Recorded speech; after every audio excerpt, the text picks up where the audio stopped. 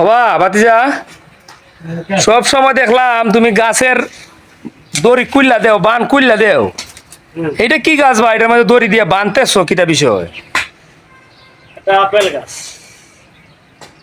Apple apple গাছে এই সময়টাতে গাছগুলাকে এইভাবে ডালগুলাকে বাঁকিয়ে দিতে হয়, আর না হয় এই গাছে ফল হয় না। ও, কোনো কোনো ক্ষেত্রে বান কুলা লাগে, আবার কোনো কোনো ক্ষেত্রে বান্দা লাগে। হ্যাঁ, বাদ দিয়ে গাছের ডাল বাঁকিয়ে দিতে হবে। গাছের ডালের মাথাটা নিচ দিয়ে আসবে। এই যে প্রক্রিয়াটা সবাই অবলম্বন করবেন। এখন যাদের আপেল গাছ আছে বড়, যারা আপেল নিতে চান, অবশ্যই গাছকে এইভাবে এই যে দেখেন সুতলি দিয়ে বাইন্ধা এটার আগাটাকে নিচের দিকে রাখতে হবে।